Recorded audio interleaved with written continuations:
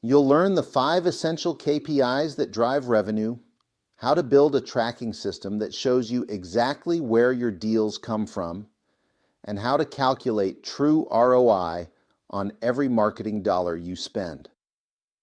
Let's start with something that might sting a little.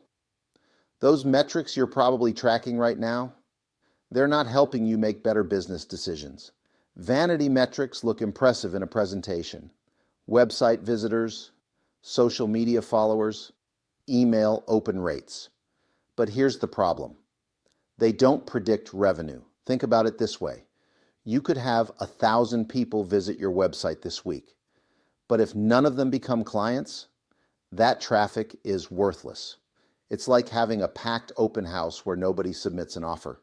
So what should you track instead? Revenue-driving KPIs.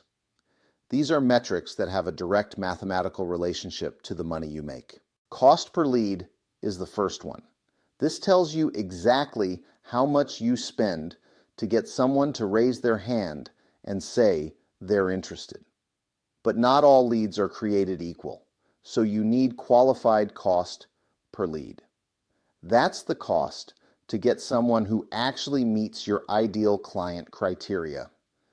Lead to client conversion rate comes next. This shows you what percentage of your leads actually become paying clients. This number is critical because it lets you predict future revenue based on current lead flow. Then there's customer lifetime value. In real estate, this includes not just the commission from their first transaction, but referrals they send you and repeat business over time. Most brokers never calculate this, and they're leaving money on the table. Average time to close matters too.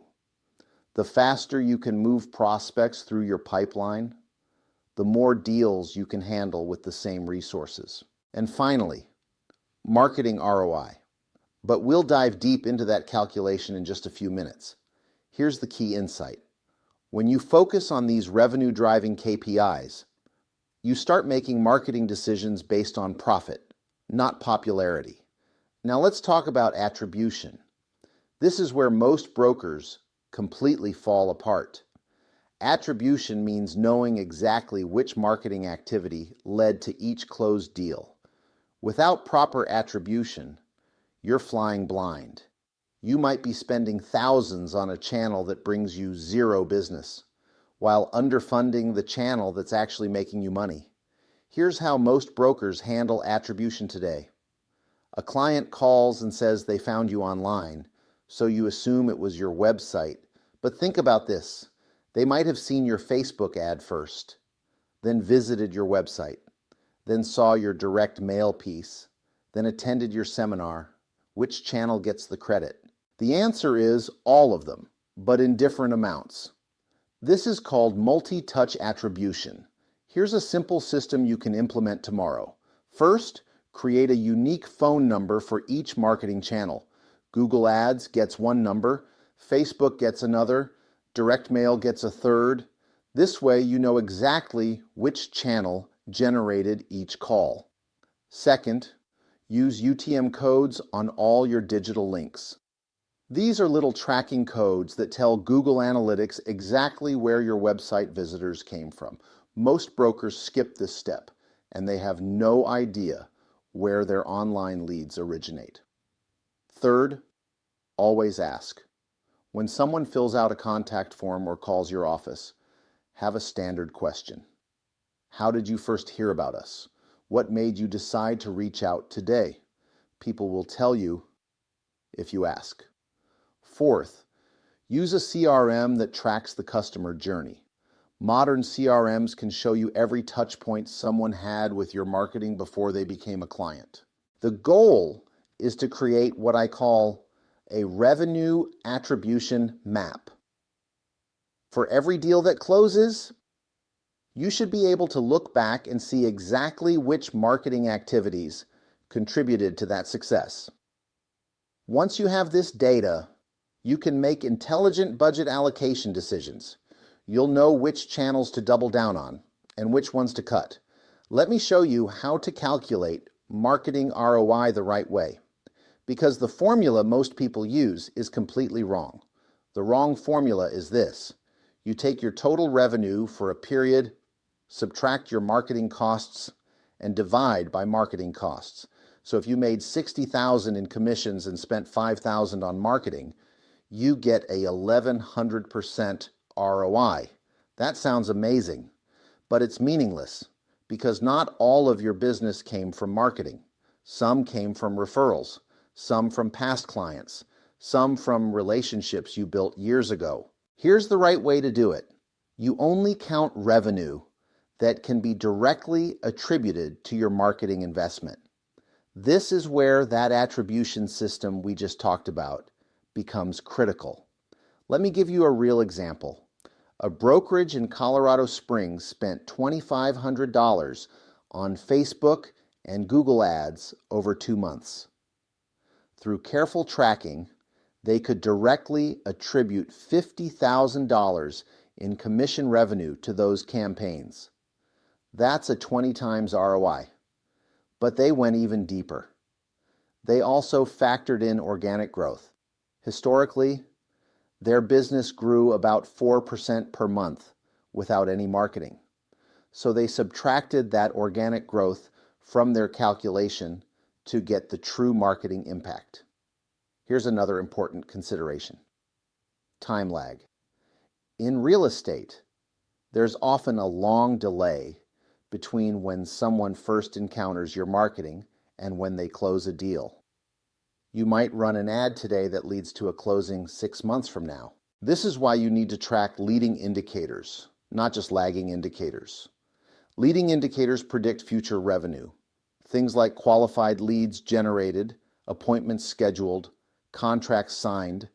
Lagging indicators tell you what already happened. For accurate ROI calculation, I recommend a rolling 12-month window.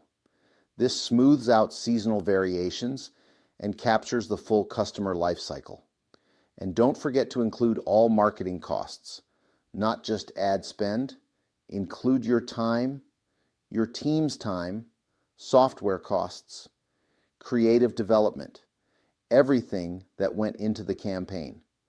The goal isn't to make your ROI look good on paper. The goal is to know the truth so you can make better decisions going forward. Let's talk about the tools you need to make this happen. Because having the right analytics stack is the difference between guessing and knowing. Start with Google Analytics 4. This is free, and it's the foundation of everything else. But most brokers set it up wrong. You need to configure conversion tracking for the actions that matter. Phone calls, contact form submissions, appointment bookings, not just website visits. Your CRM is the next critical piece. It needs to integrate with your marketing tools so you can see the complete customer journey. Popular options include Follow Up Boss, Top Producer, and Chime. The key is making sure it talks to everything else in your tech stack. For call tracking, use a service like CallRail or Call Tracking Metrics. These give you unique phone numbers for each marketing channel, and they record calls so you can analyze what's working in your messaging. Facebook and Google have their own analytics platforms, Facebook Business Manager and Google Ads. But the data lives in silos. You need a way to bring it all together. This is where dashboard tools come in. DataBox is popular because it connects to almost everything and creates visual dashboards you can actually understand. Tableau is more powerful but requires more technical skill. Here's what your marketing dashboard should include. Cost per lead by channel, conversion rates by source, revenue attribution by campaign, ROI by time period, and trending data so you can spot patterns. But here's the most important thing.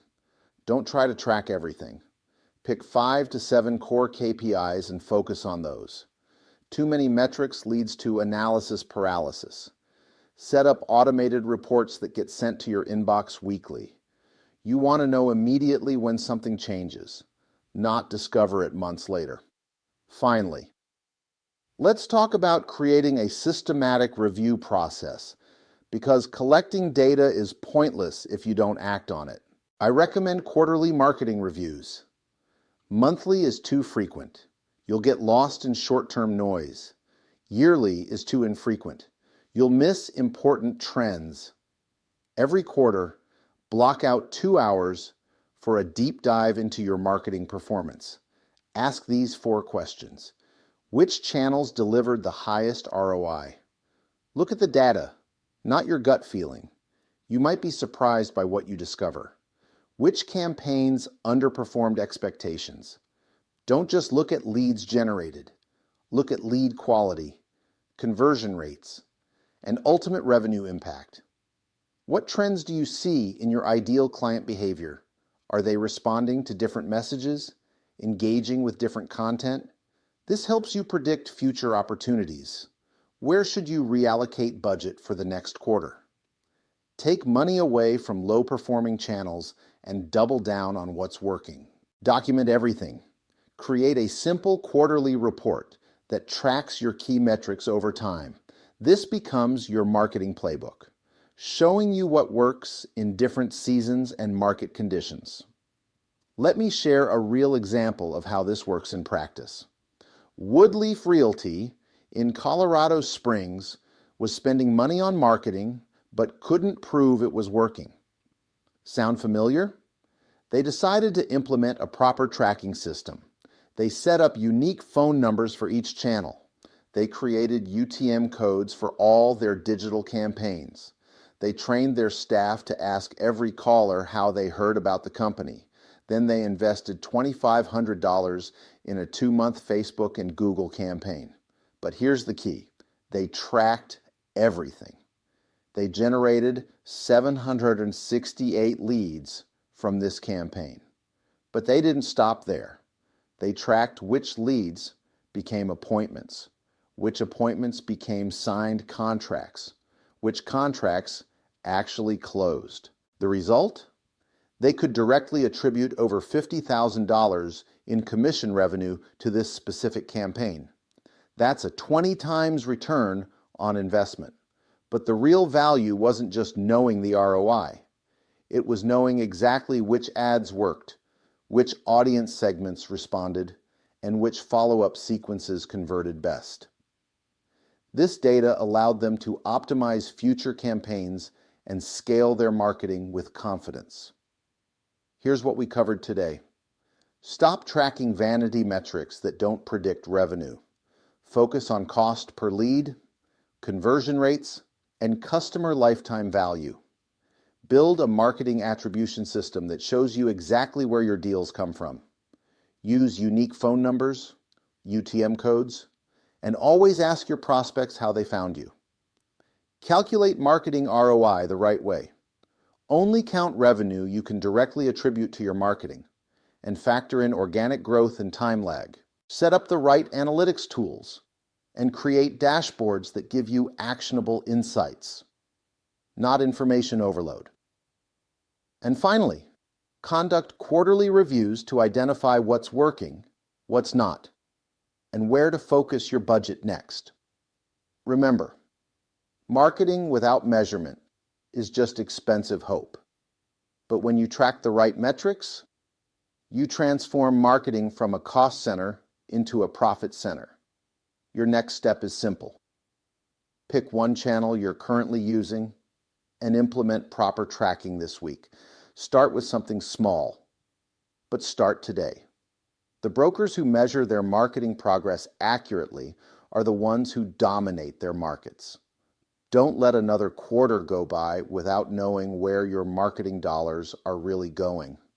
If you found this video helpful, I'd love to hear how you're implementing these strategies in your business. Drop a comment below, and don't forget to subscribe for more practical real estate tech advice. Thanks for watching, and I'll see you in the next video.